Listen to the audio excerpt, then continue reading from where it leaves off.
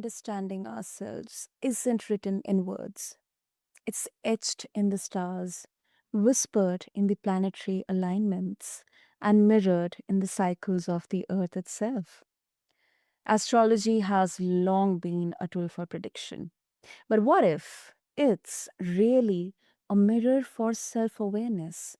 What if it's less about fate and more about truth? The truth we often avoid seeing in ourselves.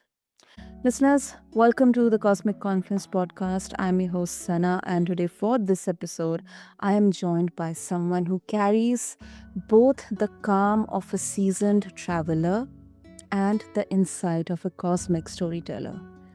Indra Rinzler. His journey spans lifetimes of exploration from the physical to the spiritual, from our deep connection to Gaia Earth to the subtle patterns that shape our personal evolution. So, listeners, this is not about horoscopes in the back of a magazine or your newspapers. This is about peeling back layers of the self. So, let's sit in the quiet space between skepticism and wonder and explore how the stars can guide us inward. So, Indra, welcome to the show. And I'm really, really excited for our conversation on astrology for self awareness. Thank you so much for having me. I'm looking forward to our conversation too. Okay, so Indra, let's try to understand how astrology can be, in fact, a tool for self-awareness. I mean, how do you see it differing from the way most people use it? Personally, I used to use astrology just for, prediction or to understand what will be my week like this week or tomorrow. Especially for any important event that is happening in my life. Uh, well, let me start by giving you a little bit of background so that people know where I'm coming from. I'm a Vedic astrologer. I live. I'm an American. I live in California, but I have been traveling to India. I came the first time in '86, and I've been traveling to India almost every year since '99. So 25 years of India. I've been all over India. The astrology I started when I started on the spiritual path more than 50 years ago. I started as a Western astrologer because we didn't know about Indian astrology at the time. And when I got back into astrology in the mid 90s, I was living in an ashram dedicated to an Indian teacher, and astrology that came up then was Vedic astrology, Indian astrology. And so I studied it, Vedic astrology, got back into astrology, and have been a professional astrologer now for more than 10 years. It took 40 years before I was ready to be a professional astrologer. And I've had over 1,500 readings now. Wow. Now, the idea is I don't do predictions, and I like to say, as I just told you, that whenever I give readings in India, and I have more Western clients, honestly, because the spirituality is what I'm interested in. Uh, Mhm. but I do have Indians, and I always tell them that I don't do it like an Indian reading. I don't do predictions. I'm not interested in telling you when you're going to get married, and I don't know if you will. That is your own karma. I can give you circumstances around it. I can give you the issues around it. I can tell you what you need to do in order to be attracting that, not more attractive, but attracting that energy in your life, and give it a lot of clarity. But the prediction part of it, I'm not interested in. So I believe in the that the strengths and weaknesses in charts. I believe that there are strong planets. The planets are neither good nor bad, but the planets are strong. That they are in signs that they're happy in. They have conjunct neighbors and neighbors that they're happy, and so those are our skills and abilities. And on Mhm. the other side, the planets that are weak, they're not bad, but they are weak. The planets don't care. The planets are in signs that they're not comfortable. They're in houses that are not comfortable. We use the word debilitated, the dignity, the quality of energy of the planet based on the sign that it's in. When they're not good, these are our weaknesses. And all my research, 25 years plus research, has shown that these planets then we compensate for the weakness we feel in the planet, and we create obsessions and compulsions. This is where that in a reading I look to the weaker planets, and I don't find them to be curses. I find them to be where we need to grow. That is interesting. That is interesting. Um, so uh, thank you for sharing this. And so when let's say Indra, someone approaches you with a purely predictive mindset, how do you uh, guide them to a deeper self-reflection, instead of future forecasting? Because um, could be very, tricky to kind of shift the way they view astrology. Well, I completely agree, and I have to, I have to admit that I don't run into many people like that.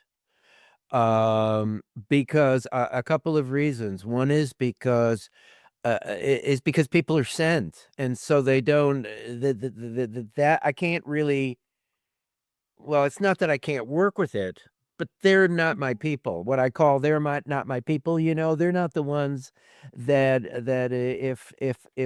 if the idea that if your people can hear you 90% or 100%, then the people who aren't your people, that it's too intimate, that it's too vulnerable, that it's too confrontive, that it upsets their nervous system and it makes them feel too vulnerable. Those aren't the people that come to me, the lowest I have on that, the lowest is maybe not the right word, but I was thinking the thing that I do have sometimes that people are curious. Mm-hmm. Okay, people come and they're curious. I mean, people come and I'm lost and I don't know who I am and I really need help. That's more of the average. They're going through planetary. Most of the people are going through planetary changes, planetary period changes, the Mahadashas, changes in their life, and that's why it's a time and they're very vulnerable and they want to hear information. But the curious are the ones that are a little bit skeptical, perhaps, and they can range. They're not always skeptical, but they can be a little bit skeptical, and then they get a little closed, and then they can't quite hear. And if people have a predictive mind set, and again, this is more India than it is in the West. People, there's divination. Like for prediction, I use divination. I use tarot. I've used I Ching, and I've used, I use my intuition is really the divination that I use, not so much predictions because I'm not interested in if personally whether something will happen or not, but what am I supposed to do? What's trying to happen in this particular moment?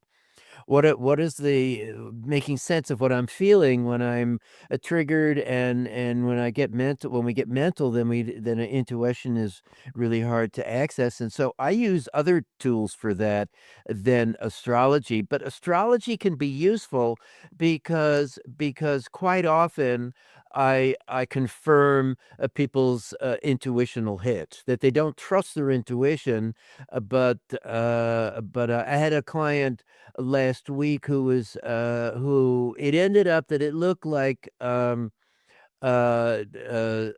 Northern Washington, the state of Washington, or even into British Columbia was her best place because I do location astrology, so we get into places, and I think that's kinda what she wanted, but she wasn't in a place she really wanted to be she probably wanted to be told, but she wanted to get my own opinion, and the fact was, I think there was I felt a real joy, and the pressure lifting when we got to because that's kind of what she wanted to do.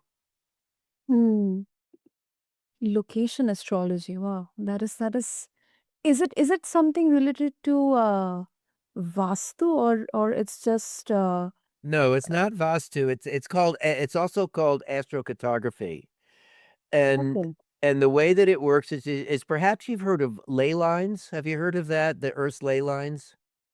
Yeah, yeah, I have, I have. Okay, so ley lines are not quite the same, but they're similar. So ley lines are powerful places on the Earth that are natural to the Earth's configuration where energy is particularly strong. Okay, these are similar, but what they are is it's based on your astrology that we cast a chart, and they have software that casts these lines onto the earth, and they are particular for you. The ley lines are the same for everybody. The astrocartography, the location astrology, the lines are particular to you based on, again, your birth time, date, and place. And we do 4 lines for each planet, and the lines are the 0 degree of the first, fourth, seventh, and 10th house.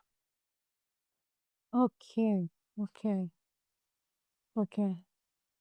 So It it's like they it's are in intense, they are lines of intense energy energy. where Yes. where Mercury first line is very intense Mercury energy, and while the thinking, the people don't really know, thinks that the intense line is good and the no intense line is not good. It doesn't really work that way. Once again, if you do well with intensity and somebody over your shoulder, and your coach at the gym, then maybe that line is really good for you. It can help you to grow, but a lot of us can find those lines to be kind of intense, and it's like, don't, stop looking over my shoulder, and I'll call you when I have something for you. Let me be. So the lines can be kind of intense, and then then you look for the quiet places between the lines. Hmm. Interesting. Interesting, Indra. And uh, I'll also bring in Gaia Earth, because you speak about our relationship with Gaia Earth in your work. So before I we dive into how it kind of connects with astrology, planetary astrology, for all the listeners, if you can explain what exactly Gaia Earth means. Well, I mean, Gaia Earth to me is the spirit, the spirit of the earth. It's not just the physical plane, and the reason that we all, I mean, I don't know anybody that doesn't feel better in nature. And while there are people, there are city people that may be uncomfortable in nature, when they can relax, almost everybody loves nature. And I think the reason for that is because it reminds us of who we really are. Yeah, that's true. That's true. And No, like it's not actually a separation from us. It's actually we connect with it, and in there we get, whether it's the hormone on a hormonal level, that it's endorphins or something on that sort of a level. That's not really a level that I particularly work on, but the idea that one way I like to use nature is as a symbol of people feeling their higher self. That when you have a nature experience, or you see a sunset, and hard to find it in India, in that it's quiet, whatever, but the nature experience that people have at whatever level they have it, that's a way that I can use, for people to understand, well, what's it going to feel like if I go into my higher self, and what's it like if I let go of my stories and let go of my stresses and let go of my tensions. Oh, I say, well, you remember when you were at the beach and you watched the sunset, and you felt the wind in your face, and that's everybody can relate to that. It's not a religion, but it is a spirituality, and maybe you can certainly make it a religion, but it's because it instinctively reminds us of who we really are. Absolutely. Absolutely. It really reminds us that for the fact that we are a part of this nature, we are part of the cosmos, we are part of the universe. Um, and I can vouch for this because living in a city, we often get experiences of living in cramped places which are devoid of sunlight or fresh air, for the fact that the honking of cars, traffic, it suppresses the chirping of birds. So, when we get back to these sounds, the visuals, the warmth of sunlight, um, it really invigorates your spirit. And it's scientifically proven that they physically, mentally impact us. Definitely. Yes, absolutely, a beautiful image, and even a city park, even if maybe you hear a bird sing, or you see trees and you see flowers, it just, it can certainly change your spirit. And then the sun, I know, I remember, I'm thinking of all the times I've been in India, and even more perhaps in Nepal, where it's colder in the winter and everybody is worshiping the sun. All the merchants are sitting on the sun side of the street, whatever side their store is on. Everybody is sitting in the sun for those hours that it comes over the street, 2 or 3 hours or whatever that they have sunlight. Everybody worships that sun and sits in it because they want to get warmer, but it's more than that. It just it's magnetic and healing. Yes, beautiful Mhm. analogy. And now, Indra, I am really curious to understand, how do you connect planetary astrology with this very physical, grounded relationship to the planet that we live on? Well, that's a great question. Let's see. I think the how I do that is to try to get people grounded, is to realize that who they are is this self in nature, and who they think they are, but they aren't, is the stressful mother, or the angry coworker, or the shameful debutante, or whatever it is. All the stories that we pick up, that we run about not good enough, and he's not better, and I need to do better, and the shame that we feel because we achieve or don't achieve. All of this stuff is who we identify with, but Hmm. it just takes away peace, because it's not who we are, it's who we think we are. And the life seems to be, and I've almost had 8 complete decades here, or maybe it's 7 complete decades. Anyways, I think it's 7 complete decades here, and it's just about letting go of these stories, because it's the old Indian story of how did you know how to carve that most beautiful elephant? And the Mm. artist says, "Well, I knew, I just took away what wasn't the elephant." Yes, that's very, very well put, and very well put.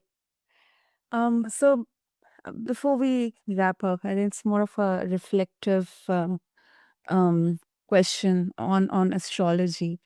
Um, And now in a world, that's increasingly skeptical of spiritual practices, what do you say to those who view astrology as nothing more than pseudoscience or a kind of tool for fear mongering?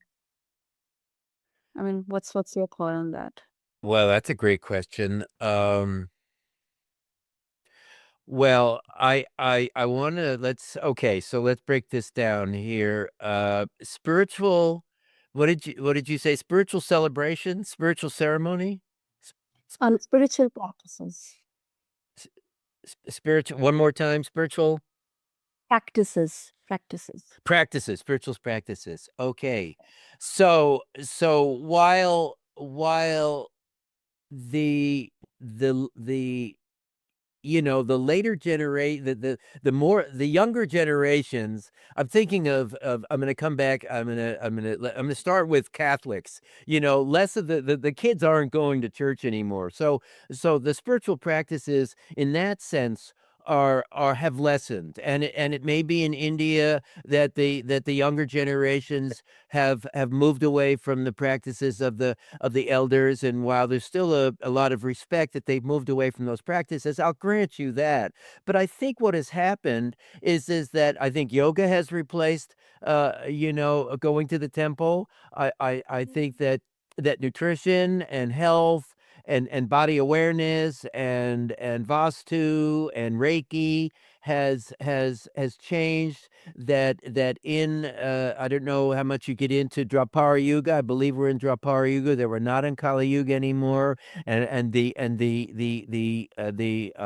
spiritual practices of Dwapara Yuga, of descending Dwapara Yuga, are coming back. I mean, yoga is all over the world now. And as I mentioned to you before, I've been going to Rishikesh for 25 years. Rishikesh likes to say it's the yoga capital of the world, and it is everywhere. A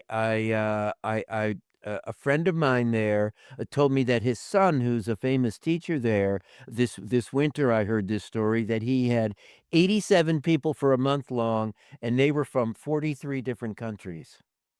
Wow. So I think that it has changed, and I think it's become more relevant, and I think it's become more energetic, and I think it's become less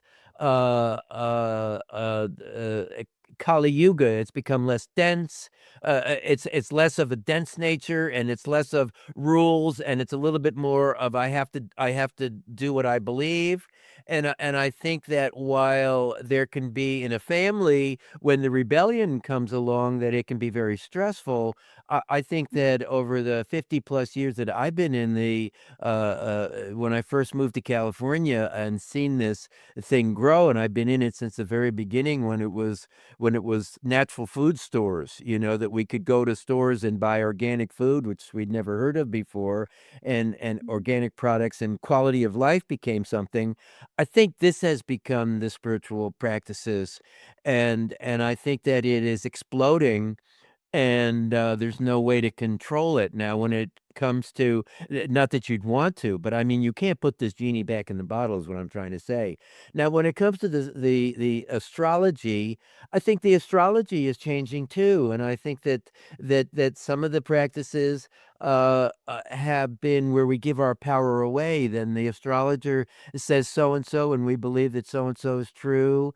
And while my experience is that Indians trust the astrologer to make wise decisions in the marriage, and I really honor that tradition for the people that believe it and the people that do it. The new marriage of love and not going that route is also becoming very popular, and I think that there's truth in that. And that also, I think that the rules, the reality is that the rules of astrology that everybody follows are from Kali Yuga. that these are not high rules. These are very oppressive rules that don't give us any freedom to become who we are, that we're stuck in life and we have a fixed nature, and it's like the caste system, which I'm not against caste system, but the rigidity of the caste system, the rigidity of the nature of the caste system has been brought into astrology, and I think it was brought into astrology as a way to control people and as a way to make money. That if you don't have any problems as an astrologer, you don't get paid. Yeah, I think it's about the intention. It's about the intention. Uh, because you know, I was not an ardent. I have not been an ardent follower of astrology. Because primarily my observations made me to conclude that it's more about taking advantage of the fear of predicting something devastatingly bad, and then I had my kind of arguments between the practicality and the sometimes the you know surprising astrological uh, deductions done through the planetary readings and stuff. So I have been quite skeptical around it. But then, if we look at astrology from a lens of being a companion, like a guiding compass, then I'm definitely up for this. Well, that's the way that I do it, and I think that is getting more popular. I would imagine it's getting more popular in India. I mean, not imagine, I mean, I know it's getting more popular in India, and I know it's getting more popular in the world, and it's slowly the world is changing, and people are seeing that, and even when they have some of the new ways of um, doing astrology that can create more freedom, it still may have it may have some rigidity in it, because it is really hard to be 100% free. In You have to be 100% free in yourself in order to be able to create and express an astrology that is 100% free. And I want to make a distinction here, a distinction here between the and I'm going to call it the science of astrology, between astrology itself as a high practice versus astrology when it's not practiced well. And what comes up in my mind is a simple chapati. That, I mean, in India, everybody eats chapatis, but if you make a chapati and you use the wrong ingredients, and maybe you use, I don't know, all salt and no flour, it may not be edible. And so astrology is the same way, that it is I like to say that the reason that, and you may or may not be aware of this, the reason that for, let's say, 1,000 years, people could get killed for practicing astrology in the Christian traditions, in the Middle Ages, and the Dark Ages in Europe, was because it was too powerful. Mm. Because the truth was, the thing that got you killed was the idea that the Earth circled the sun. Oh, Sonia. Okay, this was it. This was the big go-to, is that the Earth circled the sun. If you believe that, then they would kill you because that was too powerful, and it was what we call sacrilegious. And so we still have some of that thoughts going on, but it is changing, and podcasts like this and bringing this out into the open, and I know a lot of Indians that they may not want to say anything out in front, but underneath they know, that some of these ideas that are very popular make no sense to them, and they these are the courageous women and men of India to be able to express this, and I think this is I'm sure I know it's becoming more popular, and I would assume you've seen this view more popular also. Maybe not in the majority, but certainly more vocal than it was 5 and 10 and 20 years ago. Mhm. I agree, 100%. 100%. Great. Indra, if listeners they would like to connect with you, what would be the best way? Well, that thank you for that. The best way is to check the website indrarinzler.com. It's all one word. Or you can write me at indrarinzler@gmail.com. And um I offer Vedic readings. I offer a number of different kinds of readings, and I'm really interested in empowering you. I'm interested in giving you, answering your questions about who are you and what you're supposed to be doing, and to try to make sense out of the life. And I do them all over the world. I'll be back in India in November. So that time frame is the time difference is easier, but I do readings all over the world, and be very happy to connect with you. And anybody that is interested, I offer a free Vedic chart. I know in India they're probably easy to get, but if you're interested, it's not a free reading. But if you want your chart, and I will explain it, if you're brand new, if you're listening in the Western part of the world, not in India, I'm happy to send the chart and make a few comments and get you started. Just send me an email, and I need 3 pieces of information. I need your birth, time, date, and place. Hmm.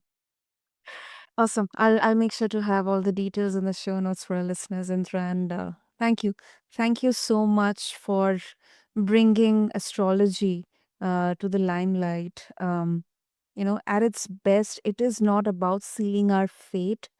It's about opening our eyes. It's a language that helps us speak to the quiet, suppressed parts of ourselves, and also a compass pointing not to the future, but more to the present moment where our choices they actually live. So, thank you so much. Yeah, thank you for having me. So, to all the listeners out there, whether you see the stars, the planets as signs, symbolism, or something in between, maybe the real invitation is this: to listen to the sky, to Mother Earth, and most importantly, to the self you meet when you are willing to look deeply. With that, I conclude this episode of Cosmic Conference. Thank you to all of you for joining us on this journey of cosmic reflection. Until next time, stay curious, stay connected, and keep your inner compass tuned. Thank you.